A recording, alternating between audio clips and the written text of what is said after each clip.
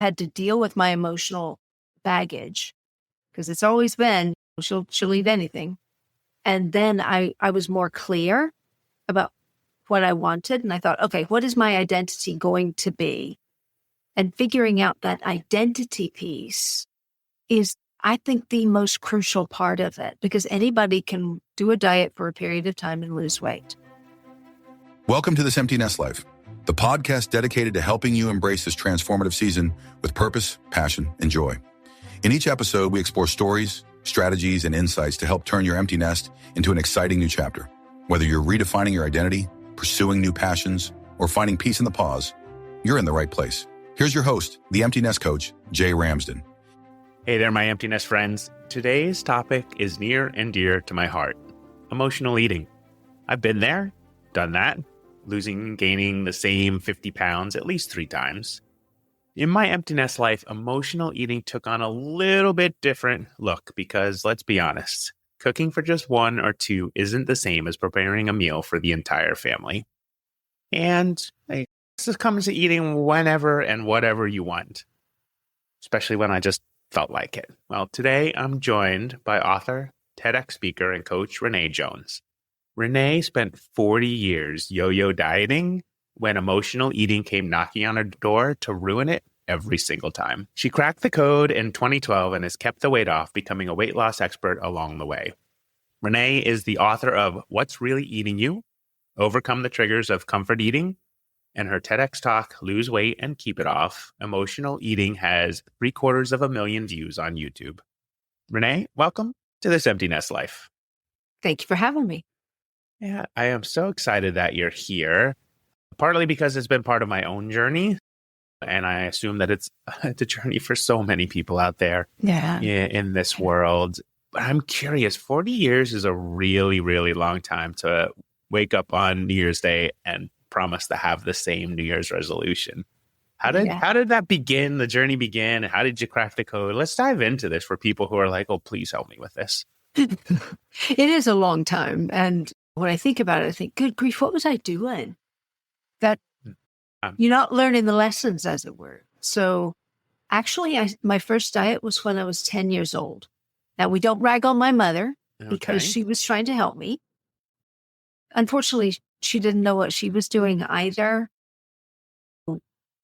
We just didn't do very well at it. We would do really well for a little while.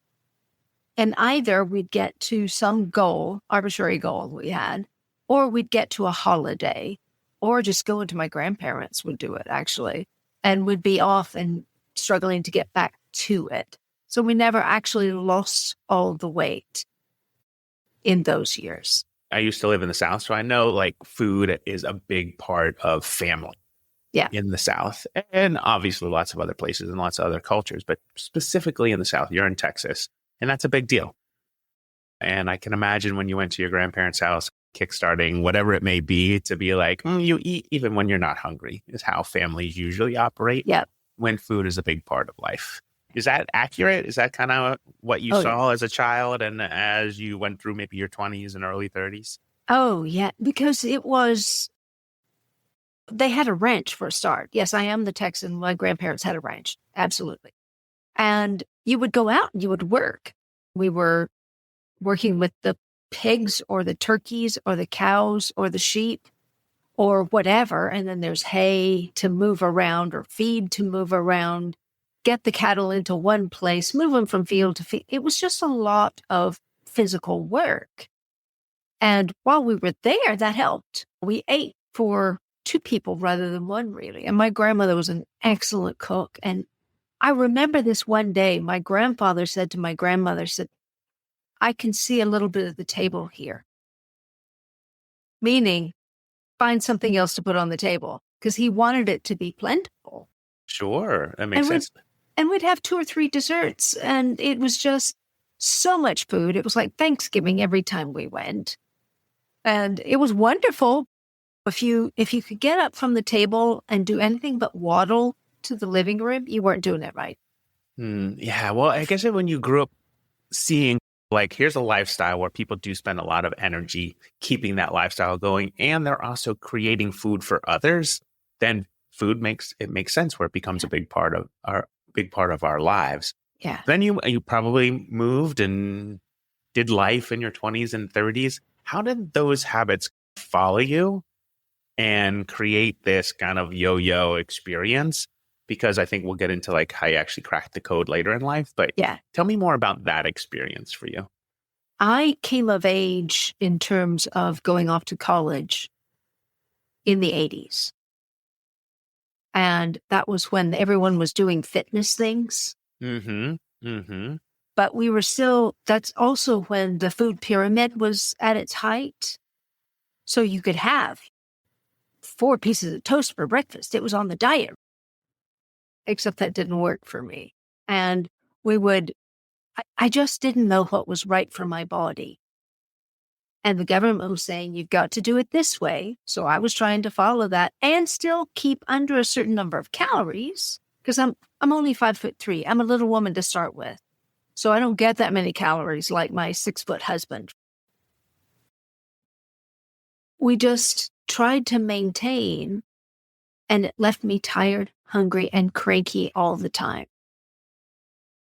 But then in 1986, I got a job working in Wales in the United Kingdom. And their motto is, if you leave a Welsh table hungry, it's your own fault because they're going to try to feed you up. Sure. And I was their little American girl and they were trying to look after me and show me hospitality. So it just got worse. Yeah, it got worse. And then it maybe reinforced the habits that you had learned as a child. And I think that plays into a big part of it.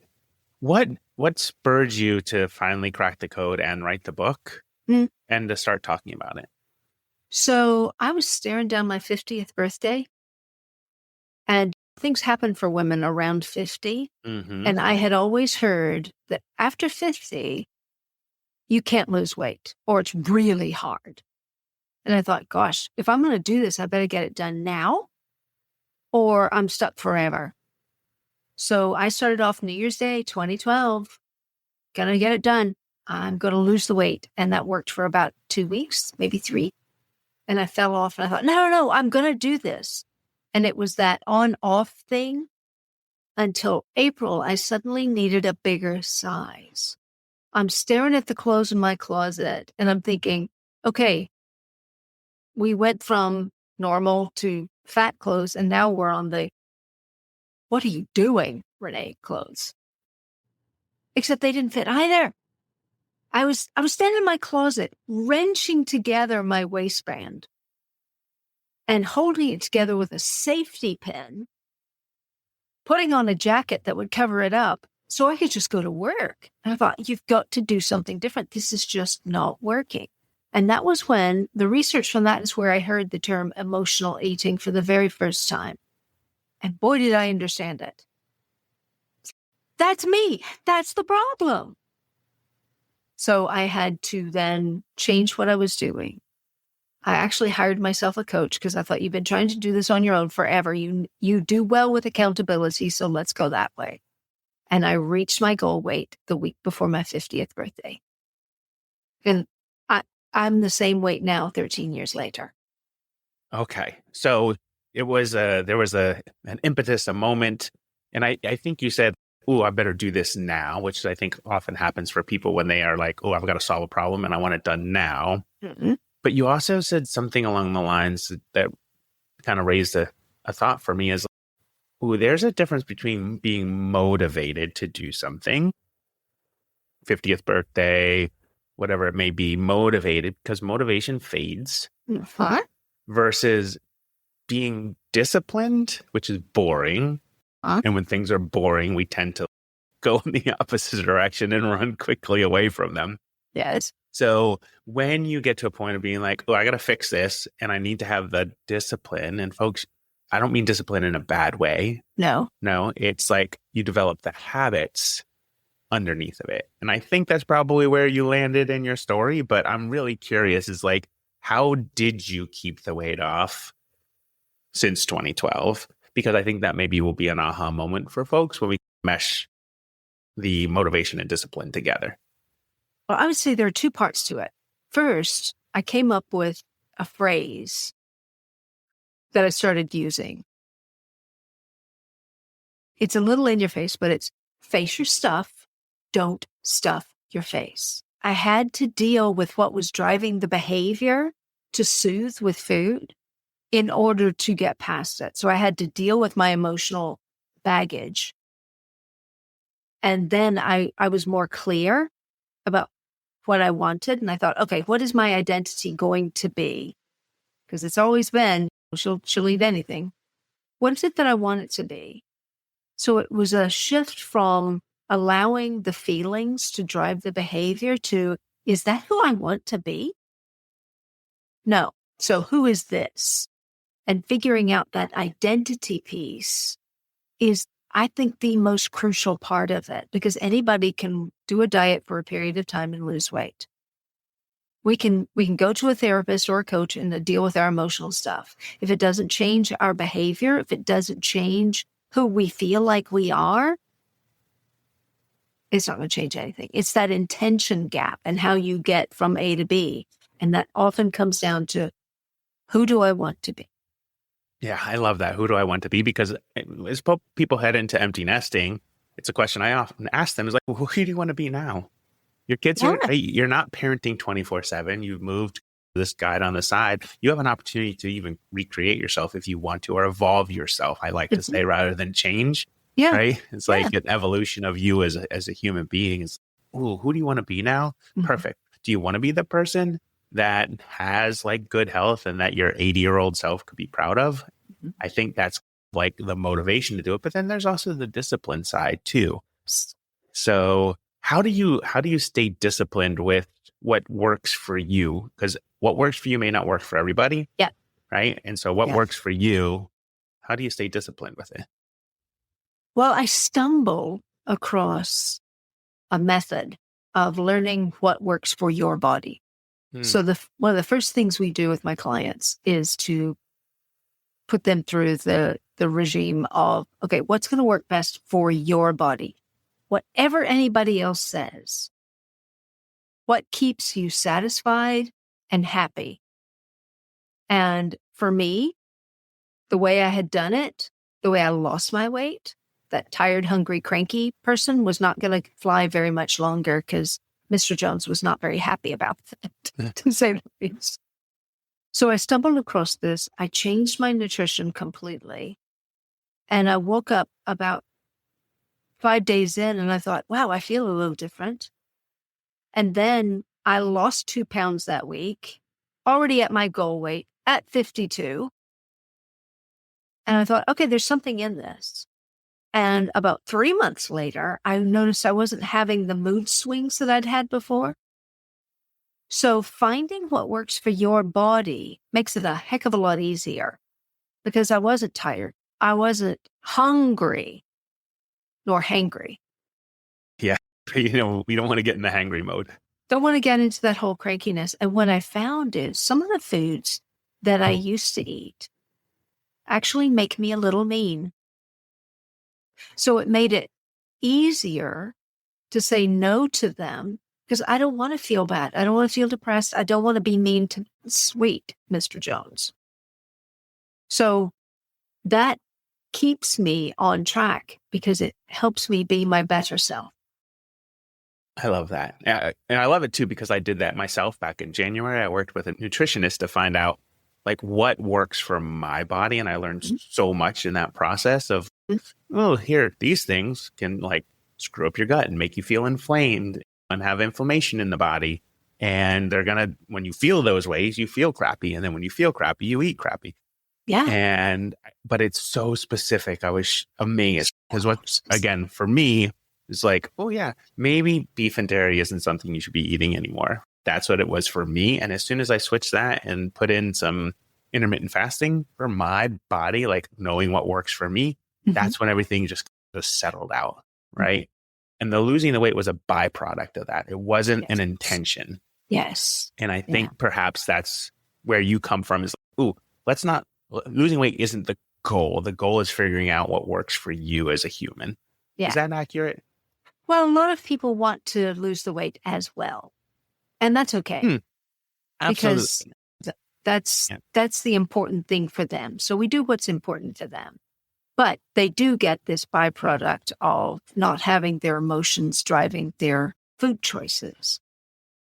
Because in the end, Jay, I think people are actually looking for life, but they'll take a Twinkie because it's right there.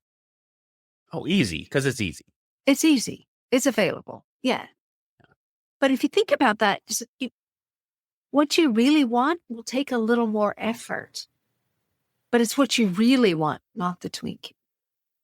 Yeah, what that kind of outweighs the easiness of the Twinkie Right. versus for how you want to. I always say, what would your 80-year-old or 90-year-old self be proud of you now in this moment? That's how you get there. Yeah. Yeah. So it's ultimately what you want. What did you want when you started writing your book? What was your goal with that? I wanted to be able to reach more people, to give them a guide, because it basically has some questions to consider at the end of each chapter so that they could identify some of the things that would help them. If they can't afford coaching or one of my courses or one of my special offer things, if they can't afford that, they can start with a book. So I wanted to make it a little more practical, as well as, hey, these are the things we've got to pay attention to. What's an example of one of the questions that you have in your book that could spur people to think about themselves specifically? Well, not that we have it right here or anything. What are your intermediate goals and rewards? List them, both parts, goals and rewards. What's your vision of yourself at that goal? Oh, I like that. Yeah. Can you see yourself at that goal? Yeah. Sometimes people may struggle with that, right? They're like, oh, I can't see myself 10 pounds lighter. I can't see myself 20 pounds lighter. I can't see myself not enjoying a steak. I use that as my example because I don't do beef anymore. Yeah. But like, how do you help people see that in the work that you do? Well, I have to confess that periodically I see a photo of myself or a reflection in a glass window or something. And I think, who is that? Oh, that's me. Because it's just so much smaller. I was never 100 pounds overweight. I probably lost 1,000 pounds over the 40 years because it was just up and down, up and down. But it's still quite a difference from my size 14, 16 down to a size 4. So it always surprises me. Oh, yeah. But the more you see that, and of course now with AI, you can do a model of yourself and have it where you can see it so you know what you're working toward. I never thought of that. That's brilliant, right? To be able to say, oh, what do I want to look like? And then how do I achieve it in a sustainable, healthy way? Yeah. Because so often people are just like I was.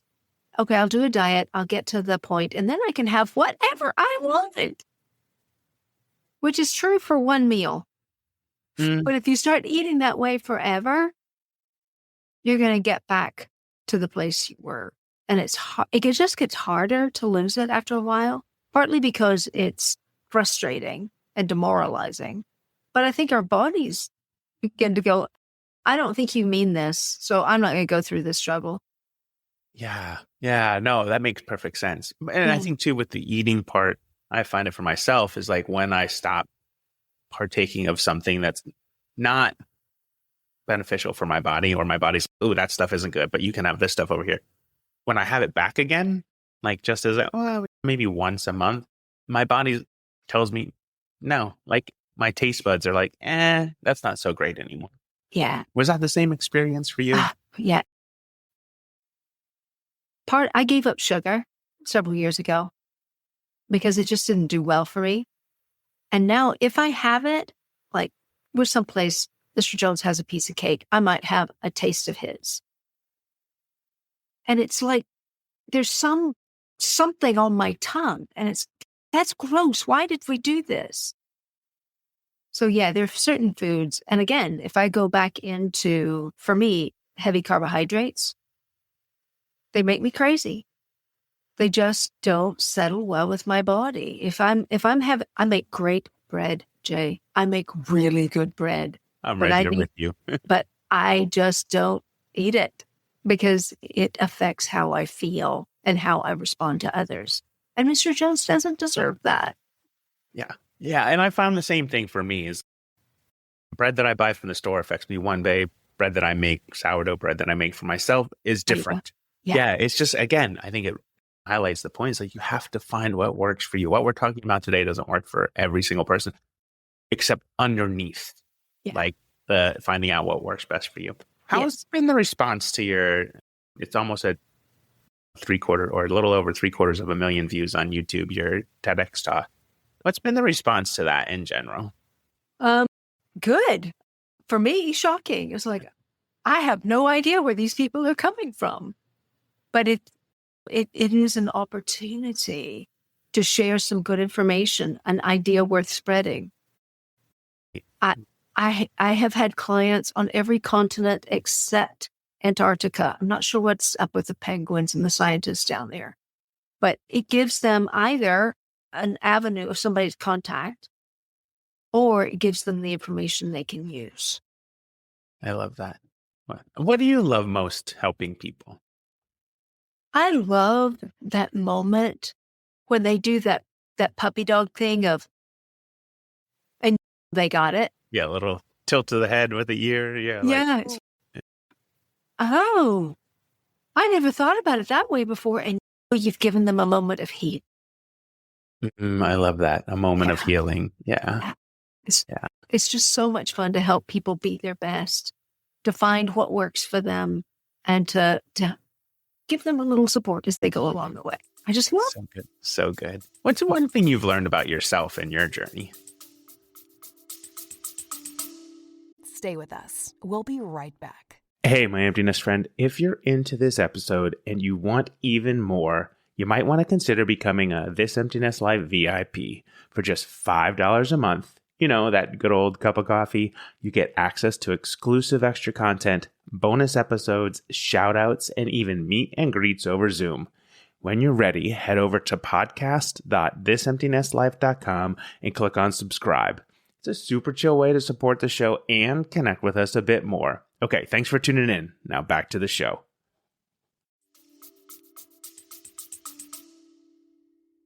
that it is better if I get to, say, 4 pounds over my goal weight and it hangs in there for a day or two.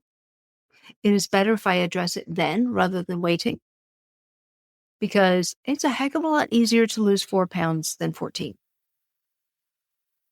I also learned from this experience that I do best with some external accountability. I may not like it, but it helps me stay on track. And it's the largest group of people out there, people who do well with external accountability. And I find it's the only way that I can accomplish something for myself. Jay, if I tell you I'm going to do something, I'm going to be there. I'm going to get it done. It's going to be done well. If I say I'm going to do this for me, maybe, probably not. But if there's someone who's saying, okay, so you said you were going to do this, but this is not happening. What's going on there? In the nicest possible way, then I'll do it. For example, I have spent the last 15 years doing a morning walk. The first 2 or 3, I did it so many days a week, but now unless there's lightning or ice, I'm going to do my morning walk, or I'm sick or something, some other reason. But the only way I could make myself do that was to recognize that my dog was a better puppy when he or she had had a walk, depending on what part of that time frame. So I do the walk currently for him. And if I think about it that way, then I will do it. You will do it. Yeah. It's interesting. Some people can hold themselves accountable, right? Yes. And some people need a little accountability in their life. Ultimately, we have to hold ourselves accountable. But if it's what the trick that works for you, right? The puppy is the trick that works to help That's right. hold yourself accountable. Yeah. When you think about your weight loss part, though, you said you still need somebody to hold you accountable. Is that still true? Do you have somebody present in your life that holds you accountable, or you work Oh, with to hold yourself accountable? I don't know, maybe 775,000 TEDx viewers. This is the thing. Because I made this my business, I have external accountabilities because people watch my waistline. If Okay. I gain weight, I would not be able to coach. It would be out of integrity to coach on this. Okay. So that is what I use as my accountability to do what I want to do, be who I want to be. But there's just that element of external accountability that helps me get over the rough patches. Yeah. To be a product of your own product, to be a product of your product, Yes. but also to be an example of what's possible for Yeah. folks, I think is probably the bigger picture. Mhm. It's like I struggled for 40 years. I finally cracked the code. Mhm. And here's how you can do it for yourself, Mhm. specifically for you, not exactly the same way. And I think that's the big takeaway here is like finding the exact thing that works for a person. If the people are like, oh, but I don't have time to find out what works for me, what would you say to them? You don't have time not to because you're wasting away your health by being overweight. You're putting so much pressure on your joints. You're limiting your longevity and mobility in later life. And it starts now. It starts when you're 20s and 30s. We've got to be careful with our bodies because it's the only one we get. Yeah. Yeah. I love that. Yeah. I wish I would have known the whole nutritional piece for me Me in too. my 20s. And it could have easily been different then too. My nutritionist said to me when she saw the results, have you ever been bitten by a tick? And I was Ooh. like, oh, yeah, I have. I'm in the woods. I'm a hiker. And she's like, there is some correlation, not widespread, but some correlation between tick bites and then having a sensitivity to beef and dairy. And I was like, oh, interesting. So it couldn't have been part of, but then it came later in life. So again, if this is not a one and done either, it's a continual finding out what works best for you as an individual. Yeah. Yeah. Yeah. Absolutely. What's one piece of advice you would give to people who are listening to this and are like, I don't know. I don't know if I believe this or not. It always comes down to who you are. It's not the diet. It's not the exercise plan. It is who you are and who you want to be. That is the intention gap solution. When you know who you are, and hopefully that's who you want to be, then you can begin to make choices around that. Because it comes down to your choices of what you put in your mouth. True. Yeah, it's always we always can make choices, I think is the takeaway is right. Like we have things happen in our lives, we have thoughts and feelings about them, and then we have a choice on how we think and feel about what takes place in the action that we take. Yeah. And I think that's so important. You had mentioned, I think you said attention gap, right? Intention gap. Intention. Okay. So you mentioned it twice. Intention gap. Thank you for the clarification. Yeah. What is that? It is the space between what we think we want to do and accomplishment. And we like to turn our good intentions into tangible achievements. Okay. Yeah. And the gap is, I'll say that sounds like it's part of what could be part of the struggle for people. Oh, absolutely. Yeah. Right. I really want to, but there's this and this and this. Okay, well, let's work on this and this and this then so that you can bridge that gap. Bridge the gap. Yeah. My coach calls it gag and go. Right. Okay. Right. Yeah. Yeah. Yeah. Do it. You have to do it. You have to do it. I think my conversation with Nina Perez, we were talking about that before. It's broccoli advice. It's you may not like it at first, but give it a try. You may not like this approach, but give it a try. You never know. It could be the thing that clicks for you. You never know. Yeah. You never know. If you did know something about what comes next for you in life, what do you think that would be?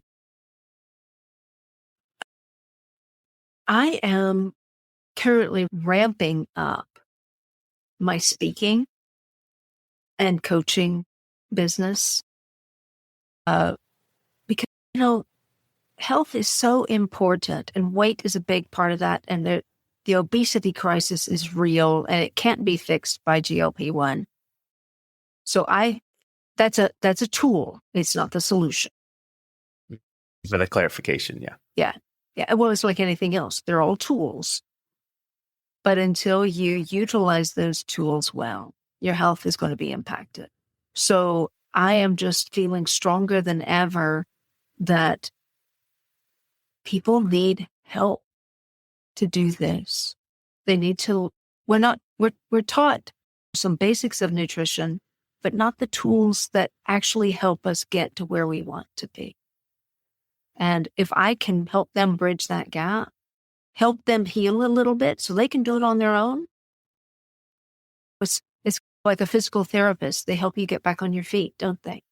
Well, I'm an emotional, not a therapist, but a coach to help them get back on their feet. And I walk into places and I think, oh, bless you. You're wearing your issues. Let's deal with the issues so you don't have to wear them anymore. Yeah, that's so good. We do.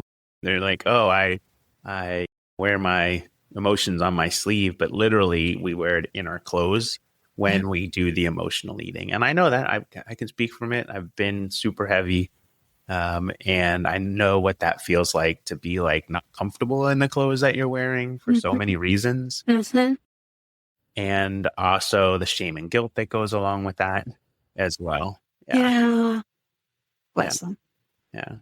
Well, tell me like that. I think you probably experienced it a lot. There's the shame and guilt of being heavy and redheaded. Yeah. In a time when redheaded wasn't cool. Yeah. Yeah. How do you help people through that? The shame and guilt part? Well, for this particular situation, they are not actually valid. Mm. And we do it to each other, but it's not valid because, okay, so you've made some poor choices. Okay, but they're not the end of the story. Shame is not appropriate because shame is, I am bad. Guilt is, I did something bad. Shame is, I am bad. And that's just not true. So one of the things that I share with people is, okay, it's not hard to overcome emotional eating. You just have to get the hang of it. And hang is an acronym. So you say, am I hungry? And if you are, okay, maybe you need something to eat. But if you're not, A, what is your attraction to food in this moment? What are you looking for? N, what do I actually need? Okay, if I'm looking for that, what would give me that? What would meet that actual need? And then G, go get that, because that will soothe you more than the food ever possibly could. Yeah, it's swapping what is at the core of what's going on, really. Yeah. What's driving this behavior bus? Let's take away the keys. Love it. Yeah. So if I'm grabbing something, it's ooh, why? Well, because I'm bored or I'm stressed or I'm hungry or I'm mad or I'm sad. Literally any emotion that generates. Or I'm happy. Yeah. Or I'm at a party and I'm happy. So I'm going to have an extra whatever. Yeah. But it's not necessary. Okay if you want it. It's I gotta have it. It's that craving thing. Yeah, it's a craving piece. Yeah. Before I let you go, what's your life motto for everything that you're doing right now? My life motto is be your best. I love that. And I spent 20 years as a hospital chaplain. So faith is incredibly important to me personally. And being my best is part of the mandate of Christianity. So it just works for me. Yeah. And I think that's important too, because it's like you can still have hiccups along the road. Oh, absolutely. As long as you're still doing your best, right? Yeah. So I think that's such an important reminder for people, and a good way to wrap up this episode is, hey, this is not a one and done. This is not a journey that is going to be full of all ups. There's going to be ups and downs, but as long as you're doing your best and following what works best for you, I think that's how people will achieve success. Just like their financial budget, just like keeping the house clean, just like car maintenance. You can't just let it go. You've got to pay attention, to all of it. Yeah. Yeah. It's like emotional wealth, physical wealth, Right. financial wealth. It's all components of being wealthy in different ways. Yeah. Yeah. Oh, so good. I so appreciate you being here, Renee, and shedding a little bit of light and sharing a little bit of your journey. And folks, we'll get it in the show notes. Renee's book and her YouTube are widely available on YouTube, and the book on Amazon and other places. And so we'll make sure that everybody knows how to find you and find the information, because I think it's an important story for them to take a look at and see how it might fit into their own lives. So thanks again for being here. Thank you for having me. Thank you for listening to This Empty Nest Life. Remember, this chapter isn't an ending. It's an invitation to redefine, rediscover, and reignite your life. If today's episode sparked something in you, don't forget to take that first step and visit thisemptynestlife.com and click work with me to get the conversation started. Until next time, keep your heart open, your mind curious, and your spirit shining. This Empty Nest Life is a production of Impact One Media, LLC. All rights reserved.